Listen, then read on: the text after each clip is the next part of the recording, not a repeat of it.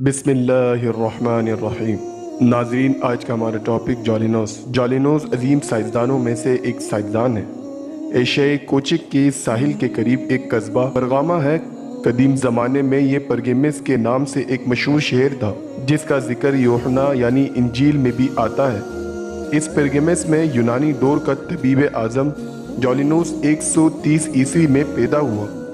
اس کا باپ نیکون ایک تعلیم یافتہ شخص تھا اور اس کا پیشہ غالباً انجینئری تھا۔ جب جالینوس 20 سال کا ہوا تو اس کے باپ نے وفات پائی اور جالینوس نے، جس کو طب کی تعلیم کا شوق پیدا ہو گیا تھا، تحصیل تعلیم کے لیے سورنا اور اسکندریہ کا سفر اختیار کیا، جو اس زمانے میں طب اور دوسرے علوم کے دو بڑے مرکز تھے۔ اس نے 8 برس تک ان دونوں شہروں میں وہاں کے اساتذہ سے طب کی مروجہ تعلیم حاصل کی اور پھر وہاں سے آ کر اپنے آبائی شہر پرگیمس میں مکتب کرنا شروع کر دیا۔ وہ نہ صرف علم طب میں بلکہ اپنے خداداد خزاقت میں بھی اپنے ہمسروں سے بہت بڑھ چڑھ کر تھا، اس لیے تھوڑے ہی عرصے میں اس کے کمال کا شہرہ پرگیمس اور اس کے گرد نواح میں پھیل گیا۔ لیکن چند سال وہاں گزارنے کے بعد اس نے محسوس کیا کہ یہ چھوٹا سا شہر اس کے طبی کمالات کے مظاہرے کے لیے زیادہ موزوں نہیں۔ چنانچہ اس نے روم کی راہ لی، جو اس زمانے میں عظیم رومی سلطنت کا صدر مقام اور یورپ کا سب سے بڑا شہر تھا۔ چونکہ جالینوس طب کے مروجہ طریقوں کا اندھا مقلد نہ تھا، بلکہ اپنے علم اور تجربے کی روشنی میں علم علاج میں نئی راہیں نکالتا رہتا تھا، اس لیے روما کے پرانے ادباء نے ابتدا میں اس کی بہت مخالفت کی اور اس کے جدید نظریات کو حقارت کی نظروں سے دیکھا۔ لیکن اس کی کامیابی کا ستارہ بہت جلد طلوع ہونے والا تھا۔ روما کا ایک رئیس، جس کا نام یوڈیمس تھا، ایک ایسے مرض میں مبتلا تھا جسے روم کے تمام ادباء ناقابل علاج قرار دے چکے تھے۔ جالینوس نے کامیابی سے اس کا علاج کیا اور جب اسے کامل شفا ہو گئی تو جالینوس کی شہرت روم کے گوشے گوشے تک پہنچ گئی۔ اس کے مکتب میں اب بیماروں کا رش لگا رہتا تھا۔ روم کے تمام رؤساء علاج کے لیے اسے گھر بلاتے تھے اور اسے بڑی بڑی رقوم فیس کے طور پر ادا کیا کرتے تھے۔ چنانچہ ایک امیر خاتون، جس کا جالینوس نے 2 ہفتے تک علاج کیا تھا، اپنی شفایابی کے بعد اس کو 10,000 روپے کی رقم بطور معاوضہ ادا کی۔ روما پر ان ایام میں مارکس آرلیس کی حکومت تھی، جو ایک نیک دل فلسفی مزاج بادشاہ تھا۔ اسے پیٹ کی تکلیف رہتی تھی۔ جالینوس نے اپنے مشہور جوارش سے اس کا علاج کیا۔ اس کی یہ دوا آج تک جوارش جالینوس کے نام سے دیسی طب میں مقبول و مروج ہے اور معدے کے امراض کے لیے بہت مفید خیال کی جاتی ہے۔ بادشاہ کے کامیاب علاج کے بعد جالینوس کے مرتبے اور شہرت کو 4 چاند لگ گئے اور اسے دربار میں شاہی طبیب کا رتبہ جلیل مل گیا۔ روما کے پرانے ادباء اس سے حسد کرتے تھے اور اس کے طریقہ علاج میں اپنی دانش کے مطابق غلطیاں نکال کر دل کو تسلی دیتے تھے، لیکن جالینوس کو ان کی تنقید کی کچھ پرواہ نہ تھی۔ وہ بدستور اپنی تحقیقات میں مصروف تھا اور طب کو جدید بنیادوں پر استوار کر رہا تھا۔ جالینوس کو اگرچہ کتابوں کے مطالعے کا شوق تھا، لیکن ایک صحیح محقق کی حیثیت سے وہ کتابوں کے مندرجات پر عملی تجربے کو ہمیشہ ترجیح دیتا تھا۔ انسانی بدن ایک مشین کی مانند ہے۔ ایک طبیب کا اصل کام یہ ہے کہ جب اس مشین کے کسی کل پرزے میں کوئی خرابی پیدا ہو جائے تو وہ اپنی تدبیر سے اس خرابی کو دور کر دے۔ اس مقصد کے لیے ضروری ہو جاتا ہے کہ طبیب کو انسانی بدن کے تمام اعضاء اور ان کے افعال کا پورا علم ہو۔ جالینوس کو اس امر کا شدید احساس تھا۔ وہ انسانی بدن کے اندرونی اعضاء کا علم حاصل کیے بغیر ایک کامل طبیب نہیں بن سکتا، اس لیے وہ اس علم کو اخذ کرنے کے لیے ہمیشہ بے چین رہتا تھا، لیکن یہ ظاہر اس کی کوئی صورت نظر نہ آتی تھی۔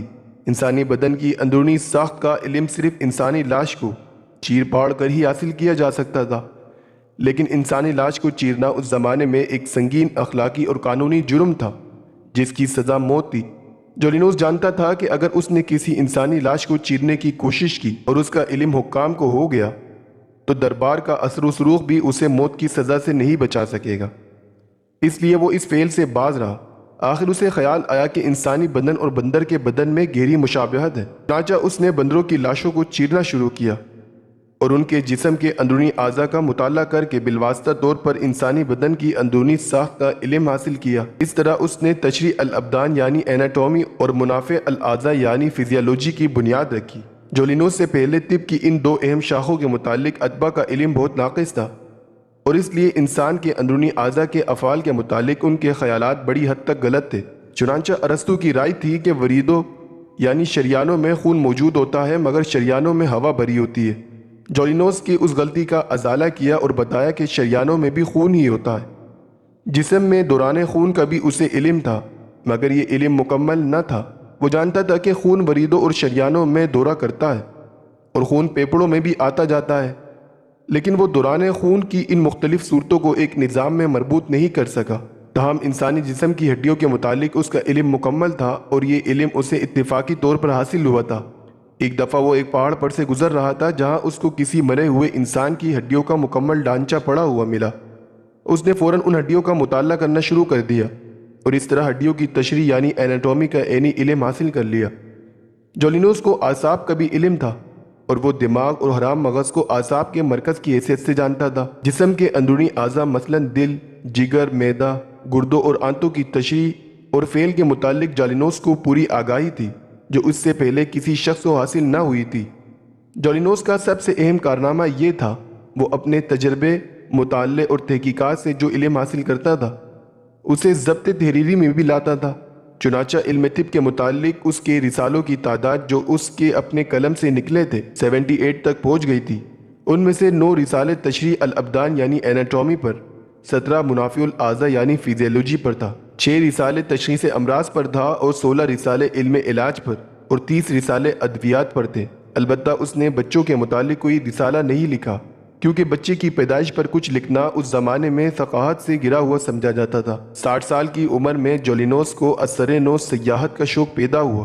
اس نے روم کو خیربات کہا اور ایک طویل سفر پر روانہ ہو گیا۔ اس نے اپنی زندگی کے بقیہ 20 برس اجنبی ملکوں میں گزارے، اس لیے اس کی آخری عمر کے ان سالوں کے واقعات پر پردہ پڑا ہوا ہے۔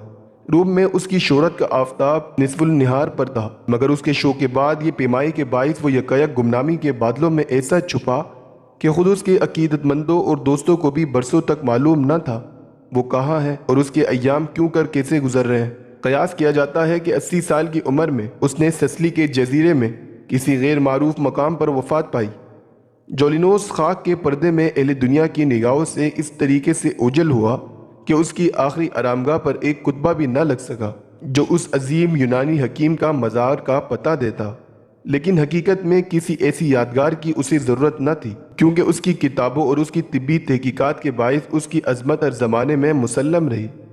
علم علاج کے جو اصول اور طریقے اس نے وضع کیے تھے وہ اس کے بعد صدیوں تک دنیا میں رائج رہے۔ ان میں بعض اصول اور طریقے غلط بھی تھے، لیکن اس کے باوجود ادبان پر یقین رکھتے تھے اور ان کے خلاف کسی رائے پر اعتبار نہ کرتے تھے۔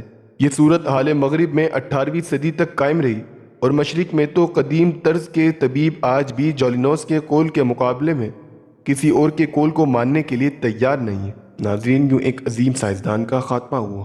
سننے کے لیے شکریہ، جڑے رہیں ہمارے ساتھ۔ جزاک اللہ خیر۔